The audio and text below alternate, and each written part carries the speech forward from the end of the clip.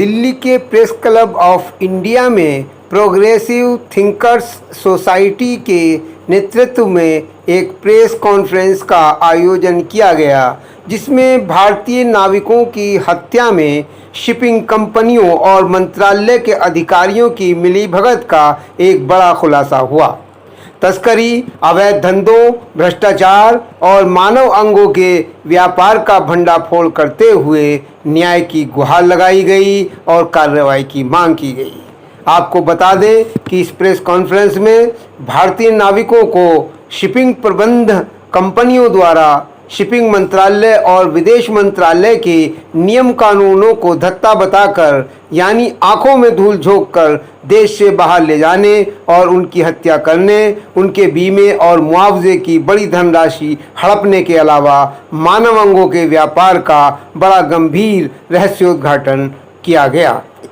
Progressive thinkers society के तत्वाधान में आयोजित इस प्रेस कॉन्फ्रेंस में ऐसे लगभग 5 पीड़ित परिवार मौजूद थे, जिनके परिवार में किसी न किसी व्यक्ति की मौत हुई है और उसके पश्चात उसको नेचुरल डेथ बताकर उनको लगातार लाश देने में, उनके पोस्टमार्टम रिपोर्ट को दोबारा कराने में और तथ्यों से तोड़-मोड़ करने की साजिश का भी खुलासा हुआ है। ये जबकि यह लोग इसको हत्या होना बता रहे हैं। प्रेस कॉन्फ्रेंस को एनजीओ के अध्यक्ष Rajiv Bhrigu Kumar, doctor Amrita Singh, Nadimuddin advocate, doctor MU Dua और जुगल चावला सहित कई लोगों ने संबोधित किया और बताया कि ये दुखी और पीड़ित लोग लगातार शिपिंग मंत्रालय, विदेश मंत्रालय और PMO जाकर और शिकायत करते करते थक गए हैं, लेकिन न्याय नहीं मिला है।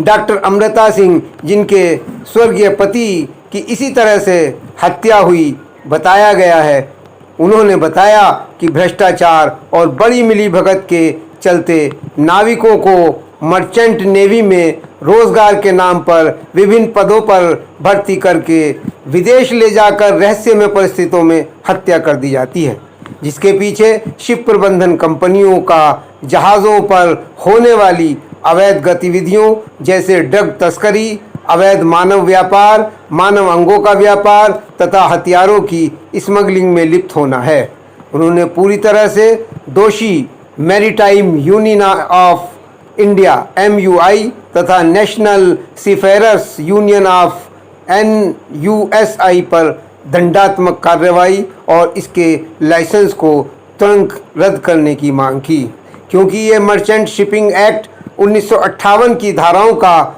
उल्लंघन करते हुए भारतीय नाविकों को गैर कानूनी तरीके से सदस्य बनाती है तथा देश से बाहर जहाज़ों पर उनकी हत्या के पश्चात प्रबंधन कंपनियों के साथ मिलकर मुआवजा, बीमा की धनराशि हड़प कर ली जाती है। इनका ये गोरख धंधा लगभग 70 सालों से लगातार चला आ रहा है। इसके विरुद्ध कड़ी कार्रवाई किए जाने की मांग की है।